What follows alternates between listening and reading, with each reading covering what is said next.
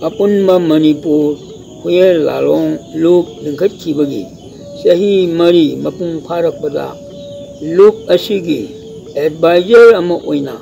Myanmar Mafamda yaipha paojel pijeri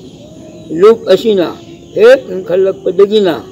ngasi phauba Manipur gi yelhongidagi leklaba Manipur gi thang tabu yokhanaba amadi nganabagidamaka ponari thengnakiba awaba khudongthiba kayani adubu ngasigi leingangna sak khangbiduna Honorable Chief Minister N. Biren Singh Hona First Chief Minister Indigenous Martial Arts Thang ka Sebi Mit Sahi Asigi January 14 dagina Kunithoi Phauba Pangthokhi Apunba Manipur Huyen Lanlong Loop Asi Eikhoi Amatani Haibagi Wakhan Londa Nihakhibani Pai Puri Matamdagi Huyen Lanlong Thang Tagi Mahei Kang Asi Mahanda Langak Senduna Lai Masigi Miron Nasu Huyen Lanlong Thang Tagi Mahei Kang Sing Asi Eikhoi punna khngminnasi mahangumsi Lai Woikraba Waja Singi Mafamda Saranda Jali Kacheri Apunba Manipur Huyen Lanlong Luki Mapok Kumon Hayengna Lakpaga yaipha paojel pijeri Laliba Chechat Taret Thanipal Lisingani Yakul Inkumja Nomajin Mitki Yaipha Thorba Ayuki Wanglin Pungja Teremakai Tabu Matamda Kongmalukum Tek Laiba Mil Thang Tagi Sanglenda Apunba Manipur Huyen Lanlong Loop Han Khangnaba Asigi Mari Yaksuba Mapok Kumon Pangthok Chargani Maram Asina Manipur Laiba Toksang Macha Luloi Singna Hairibu Numit Asida Ayuki Pung Teremakai Tabu Matamda Isha Chagi Thang Tagi Sanglenda Haikal Lekat Tamduna Mari Yaksuba Mapok Kumon asibu Mapung Pon Jaduna Aina Paselamoina Quaitarada Paujendari Hoji Oiba Malem Gitakta Tamchirabalena Santoliba Leina Leina Manipuda Akanba Amoina Mayok Nariba Amasung Leina Mi Amaga Masagi Tapsavana Kanon Leina Lamna Bui Thang Ladiba Amasung Hairiba Tana Kanon Si Kaidana Eikhoi Mi Om Marina Pullaga Haikal Lekat Tamduna Thormasi Mapung Pana Pangthokminnasi Haiduna Aina Luki Makeri Nolungna paojel si pijeri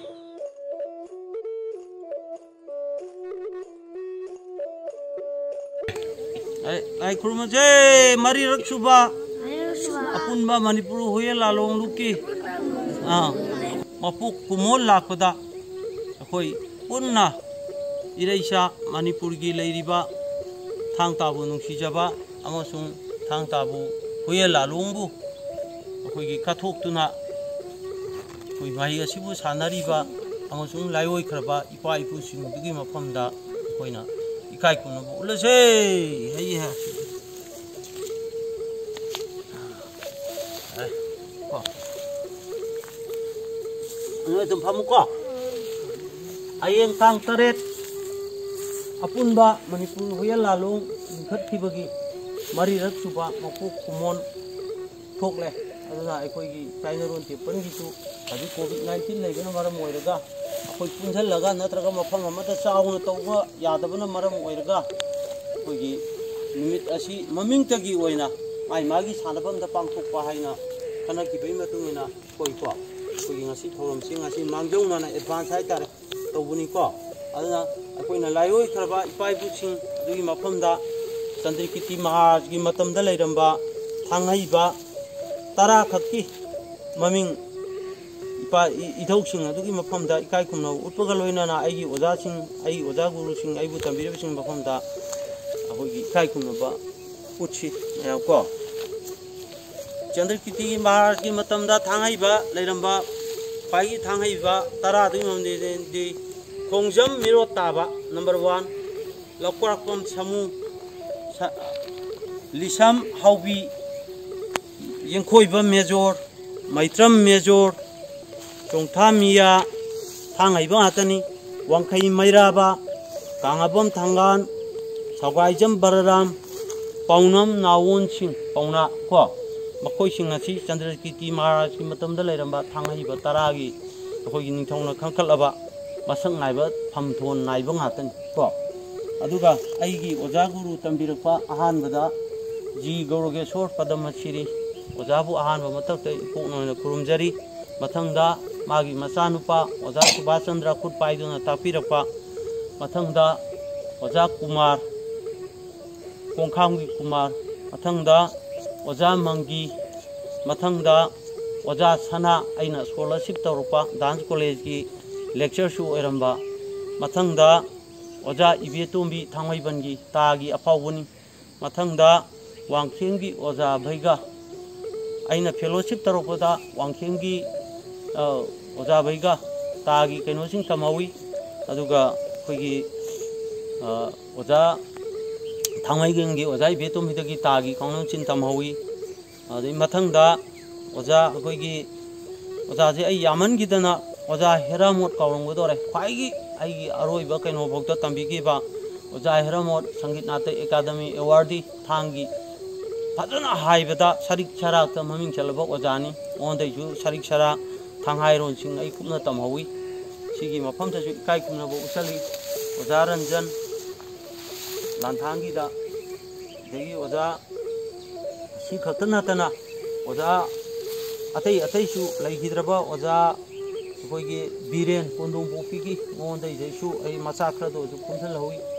I wrote Oza Taragi Matakai, I Manipugi, Ozasing to get tanking at it, Tasan Content and the Huyen Lanlong Numit, I Ambataka, I give Horogi, Angang, Asida,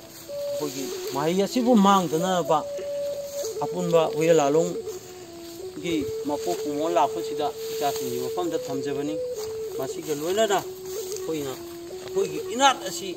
Hoina. Miron the Mang the Nava, generation to generation, Equina, Tamhodana, Tamhodamni, Equi, Ishasa daba, Tingjang Kaijang dava, Lebaki, Lebakun, Shiba, Muya, Amam Wigadamni Havese, Apunba Huela, Longi Generation, Oivida Natana, Chip indigenous martial art meet and a CM Nasharmin Weraga, Dr. Kumarna, a convener, Aina co-convener. Eikhoi Makada Mayama Tabuk Minari, Minister 2020, the Gi Hoduna, Hogi past Minister Indigenous Martial Art Pangtokana, Huela, Angapanga Sapanava, Hogi Mamang, the Amta Tokidriva Mawonda, Hogi Panbiriba, CMB and Sinaju, Hogi Tangta Tibu, Huela Longibu, Yam Shijaba Haitare, Hogi, my take Kunai, Mangitare Haidanavana. Honabagi Hoki, Angapana Kasin Koya, the Chankeli, Chingida, Eikhoi Loina Apunba Huyen Lanlong, the Eikhoi Ladiba, Lanai, who shares or Tangtagi, Shimasu, my Hidden Matin Pangana, Atova, who you call the whole woman Chankeli, Shidasu, who lockdown, who we can only Ragasu, who is sent this year, some of the Chanamina, Hoki Aksangshi, Kanba, Kainoma, Koiko. Mahitagi, Matuk Nanaba, Imun Kandragati Koshon to Nishanaba Lepea de Ko, Ado Arapa upon the Mai Jagada, Sanagragasu, Koi Lekai, Oiba, Koi Karashu, Hazana Sanari have it all.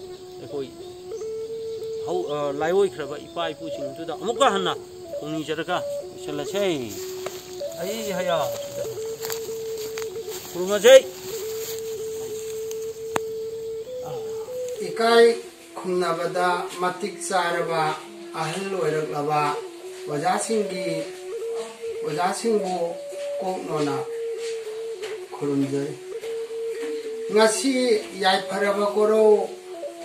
Huyen Numit, Sachat Taret, Thanipan, Lising Ani Ga Kun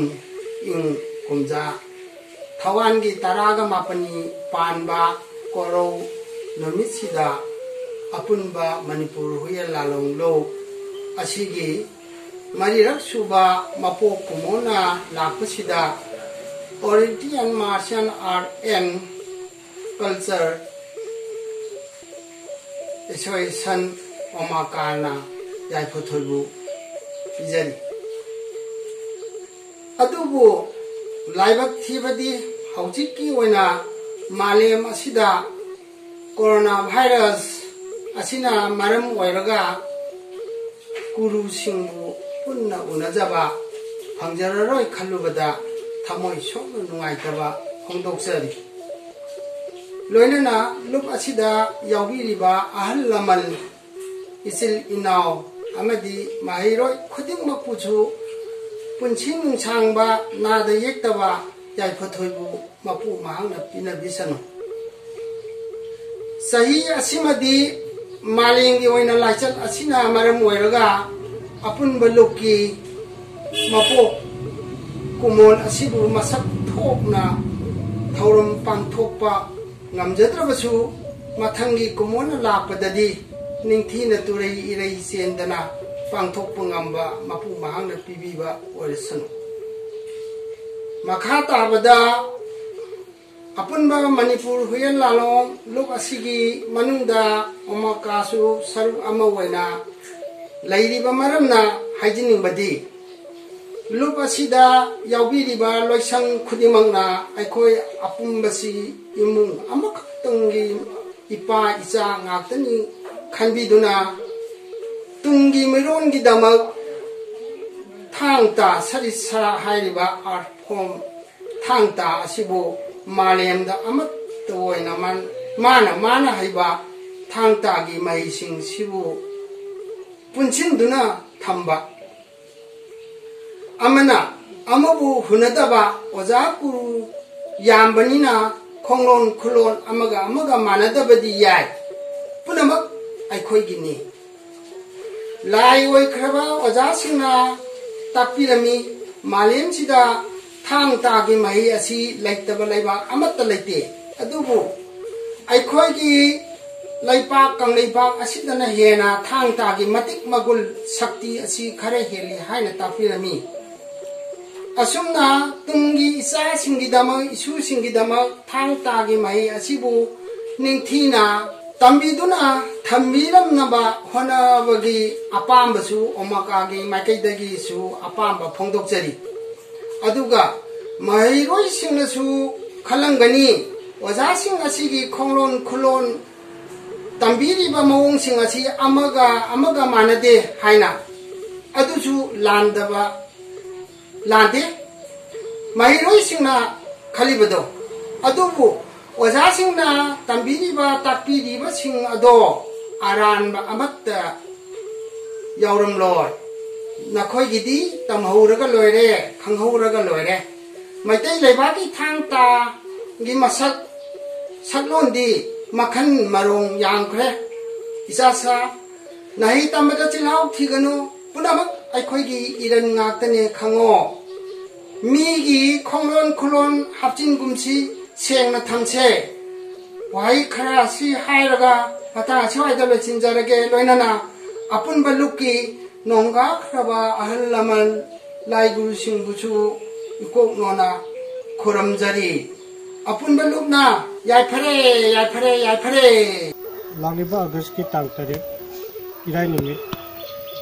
apunba Manipur Huyen Lanlong lukki mai rak suba apok mona lakpada ita kapchingi magi tagi wafam karap phungdokchari madudi thangta sarabana samu phaba Tinjang kajang daba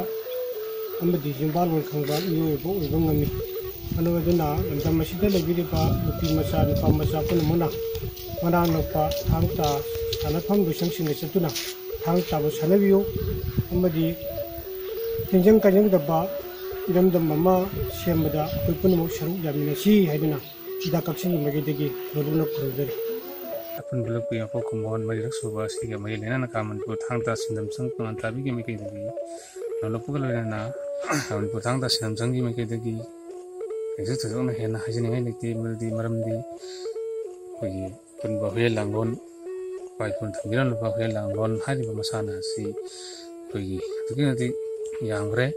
hari masana si kogi thangta muna kangji khong kangji bibi lakpi senjong mangjong kubai chomba aram bai langbana singba muna singba haiba asana punmaksi kogi Huyen Lanlong gi manung sanna tambiram maram kanda kogi simnaba Huyen Lanlong gi simna masana sibo Manipur gi ibung kudi masu ꯌꯣꯛꯈꯠꯄꯗ ꯃꯇꯦꯡ ꯄꯥꯡꯕꯤꯌꯨ ꯍꯥꯏꯖꯕꯒ ꯂꯣꯏꯅꯅ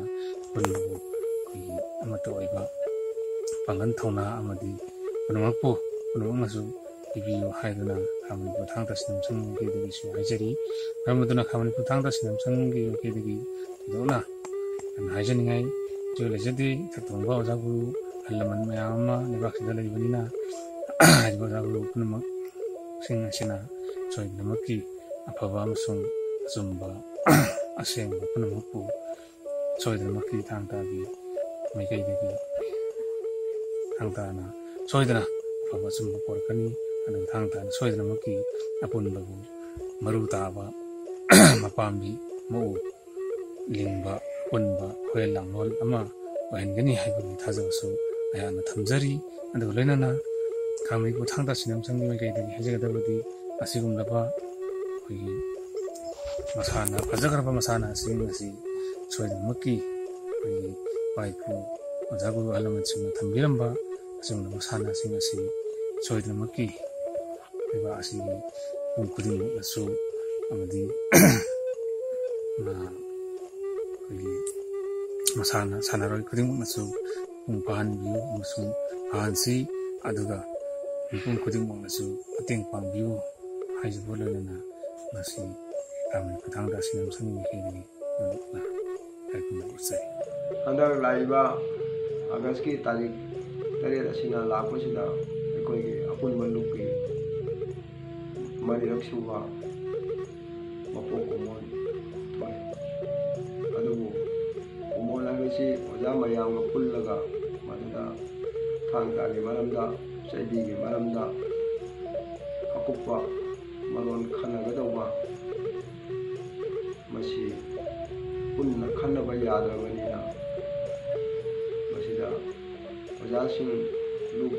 ꯑꯄꯨꯟꯕ ꯂꯨꯞ ꯁꯦꯝꯂꯤꯕꯁꯤ ꯂꯨꯞ ꯍꯨꯝꯐꯨꯅ ꯁꯦꯝꯂꯤꯕꯅꯤ